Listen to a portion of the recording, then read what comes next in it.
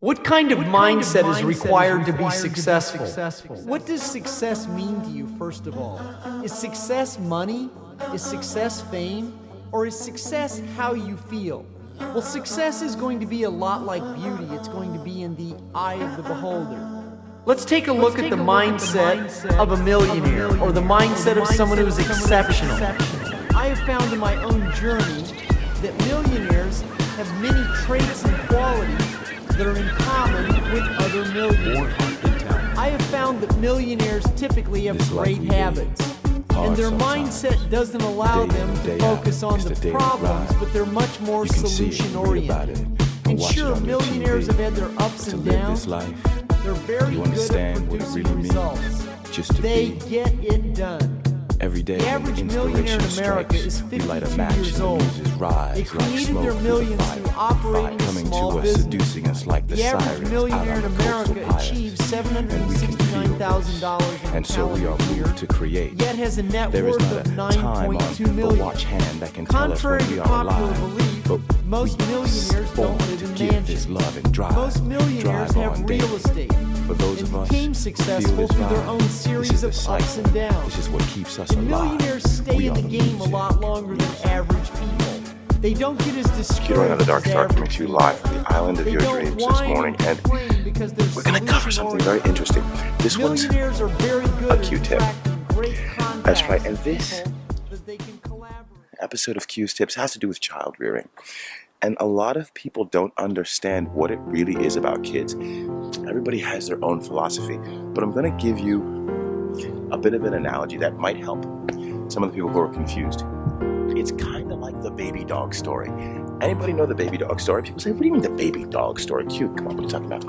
The baby dog story is everybody gets a baby dog and thinks it's a puppy.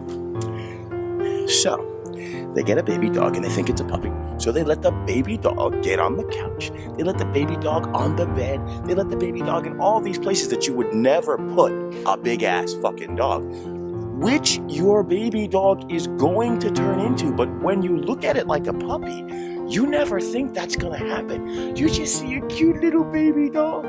Then you call it a puppy. The puppy, look at the little puppy, and you start talking all this bullshit to the puppy, like you do with a child, thinking that it's not a baby human, a baby person. You think it's like a baby. It's not. It's not like a puppy. This child is much smarter than anybody else in the room, but you're talking to him like he's the dumbest person or she's the dumbest person in the room. You should think about that for a second. When the dog gets to be big, all the dog remembers is that you let them in the bed. You let them on the couch. You let them inside the bathtub. Now that's what they want. It's not strange, and your child is the same way. So you don't think that when they actually grow up, all the things that you're doing to them now are not going to turn into that adult child with all these different stories about like the histories of the way you treated them like they were stupid for such a long time when they were really the most open to learning and being receptive. And the point is that children are much smarter than you think. If they weren't, how come your 2-year-old is running you ragged, running you circles around you, and like tells you when to get up, when you go to sleep, actually when and if you go to work? How come? Because you haven't figured out that when they just came out, they were not a puppy. They were not even a baby. They were like almost like a straight up human, like checking you out with some fuzzy eyes, but checking you out like, how am I gonna conquer this? I mean, they came out to conquer the world, and they got you in the first 2 years. The first 2 years they got you. Now you're running around like chickens with your heads cut off, like trying to keep up with them, and it's like you can't. It's a little, well, I can't say it's too late, but remember, if you're rearing a child, the child is gonna get big. So think about the things you're doing now. If this extrapolates out the next 5 to 10 years, is it something that I'm going to want? For example, your child smacking you in the face. If you don't think that's a good idea now, when they get to be 9, if it's not a good idea too, which you're letting him do it, when they get to be 9, it's going to be the same.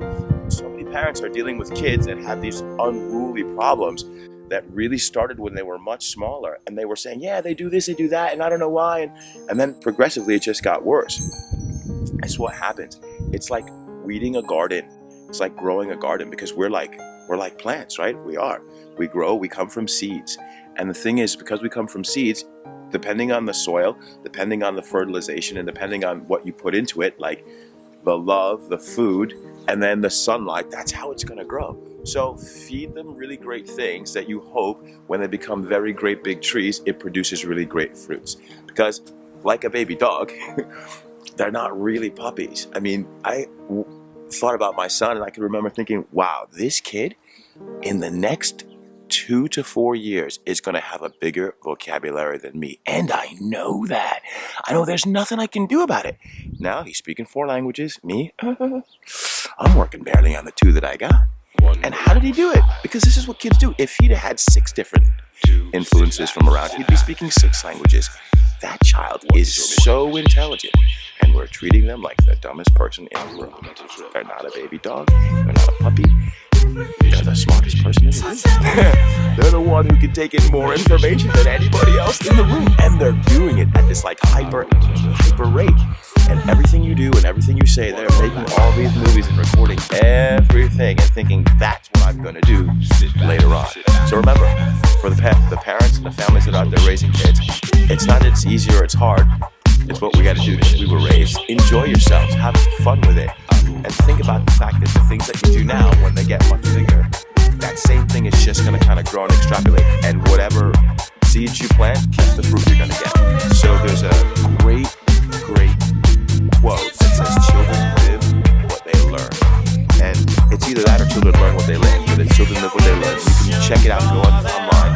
And actually, I'll put it right here for you, the whole thing, and it'll be like scrolling by for you, so you can kind of read it. You can even slow it down and rewind it, and then go download it on the internet. It's great little tip. It was on the wall in my house when I was growing up, and it's just a bit of I think my mom put it there on purpose, just to see, like, look, in case you need to know how to act, you know, like you get any doubts, just read this or something, because when you read it even as a child, you think, wow, this is really powerful. And I used it in raising my kid, and it was very helpful. It's the instruction manual. So if anybody needs instructions, parents, you need the instruction manual.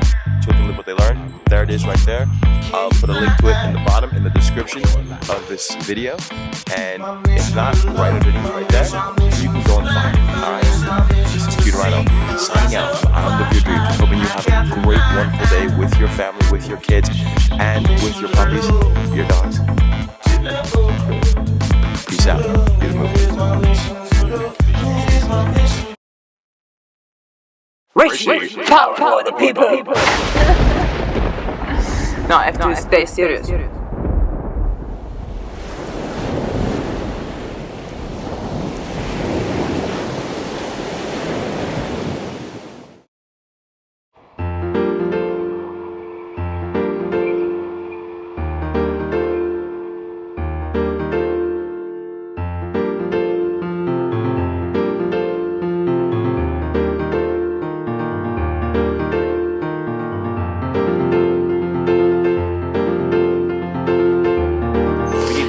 Anybody out there who would like to do camera work, I'm thinking of firing the intern that I have and moving them to a different part of the company, just where they're better suited, you know, like tending the swimming pool or I gotta go.